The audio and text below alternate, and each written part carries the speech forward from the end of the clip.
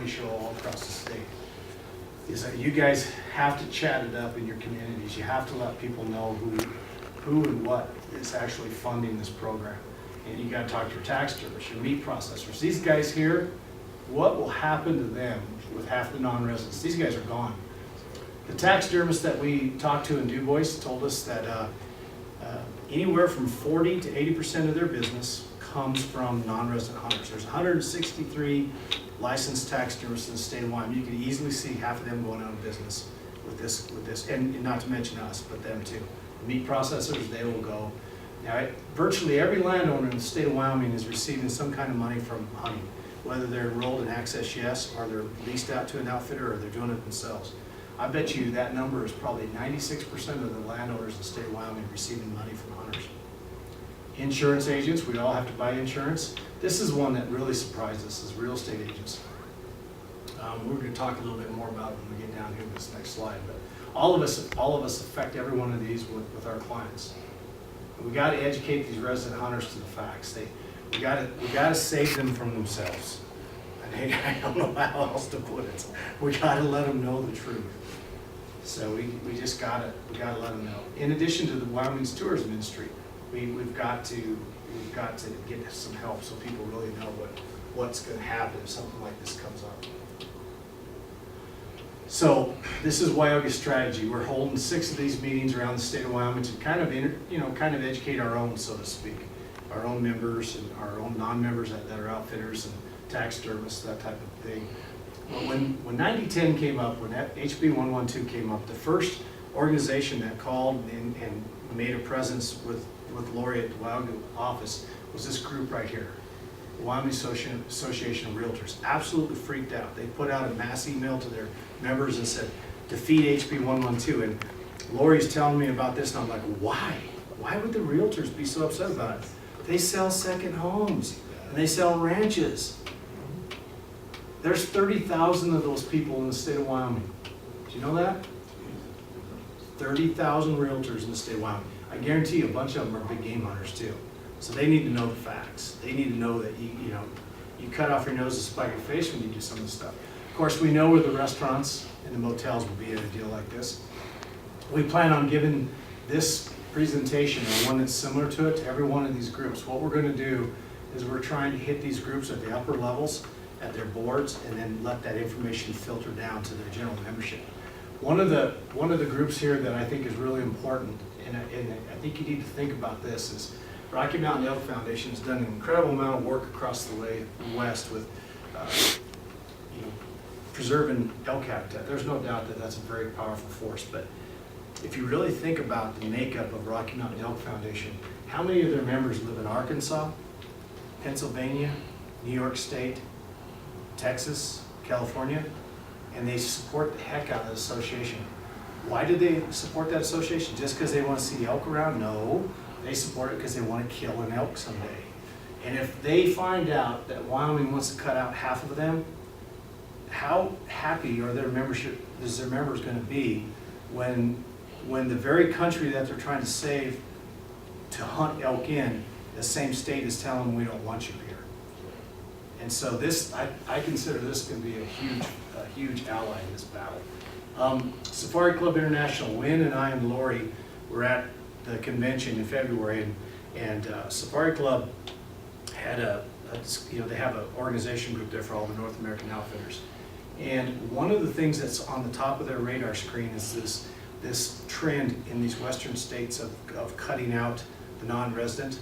Like New Mexico and Arizona has already done it. Montana's had a similar type of thing. And they're very, very concerned about that because their membership doesn't live here.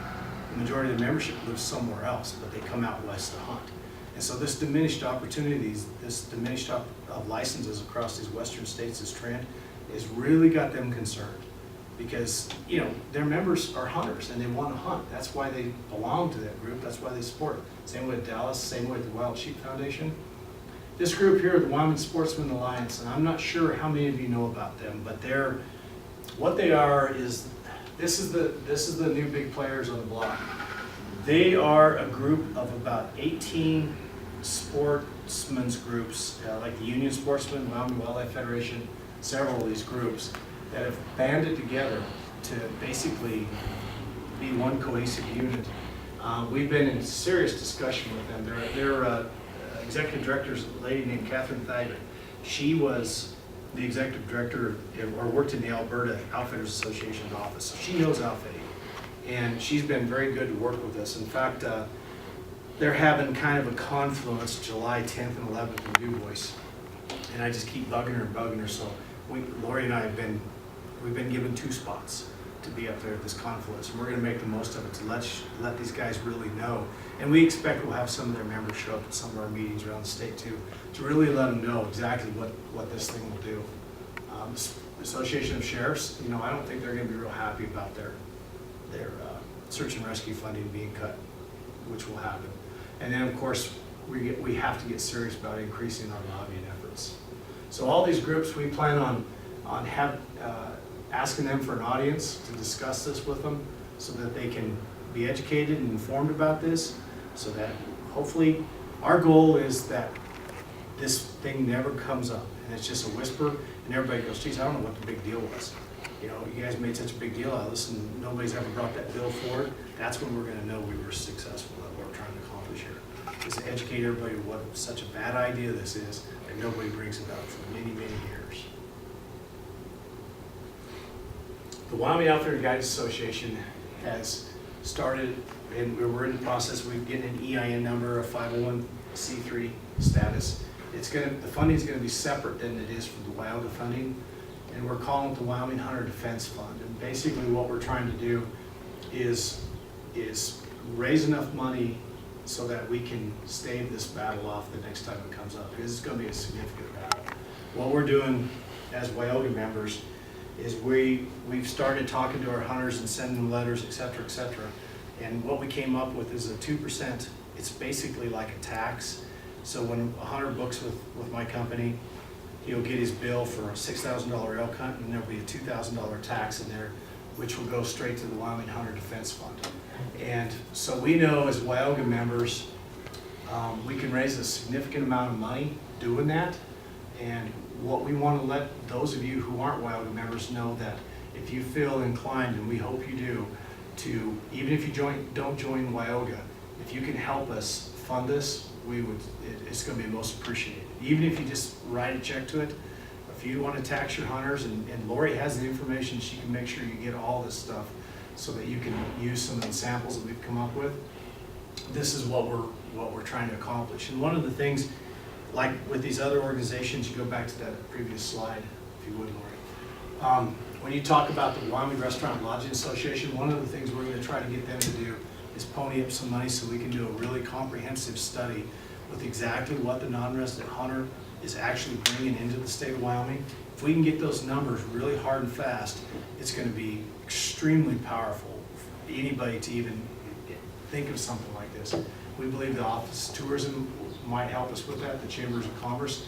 If we can get these people just to kick in $3,000, $4,000, $5,000 to help us fund that study, that'll be that much less we have to do on our backs. And so that's how we're going to approach these other groups, like Dallas Safari Club. Dallas Safari Club and SCI and RMEF, they all help WYOGA right now. But what we're trying to do is get them to where they'll kick in additional money into this fund to help us with this battle.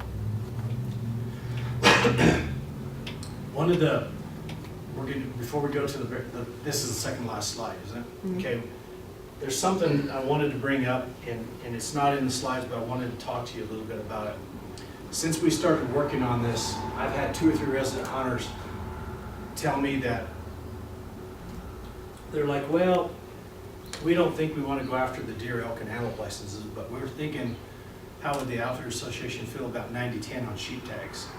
And you know what that means. I mean, that's just how the camel gets its nose under the tent. And of course, we're going to fight that, but I wanted to kind of talk to you about some stuff, and we're going to put these numbers together, and Lori will have a good example to hand out to you later. But let's think about that for a minute. And right now, the non-residents get 53. In 2013, the non-residents got 53 sheep tags statewide. The residents got 159.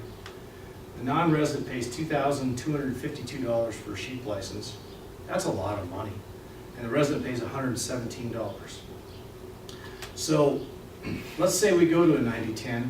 That's going to change the formula to 21 non-resident licenses, 191 to residents, which means that the non-resident license fees would go down significantly. He would go down from $120,000 in license fees paid in the state of Wyoming down to $47,000.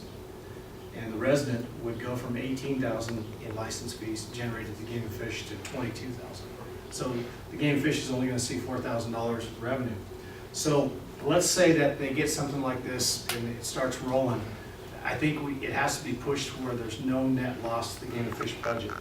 So if you were to raise the resident sheep license to make up for that lost revenue from the non-residents, the resident would be paying $474 for a sheep license.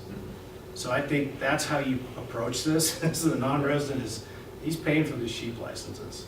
And so they would see an increase of $357 on the sheep license to make up to where there's no net loss. But it gets even better than that.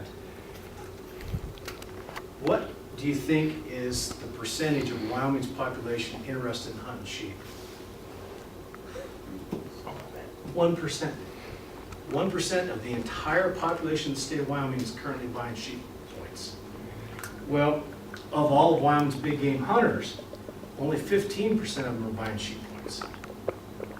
So talk about something that's going to affect a very small number, but yet have a huge effect on the Game and Fish. So I went through the numbers, and it's kind of interesting. The people that have 1 to 9 points, there's 7,349 residents that have 1 to 9 points. And the 1 point pile has 1,700 people in it. The 9 point pile has 459. Then when you get into the 10 to 19 point holders, it really stays almost identical the whole way through. So somewhere along the line, when they're buying their points those first 9 years, there's a huge drop-off rate.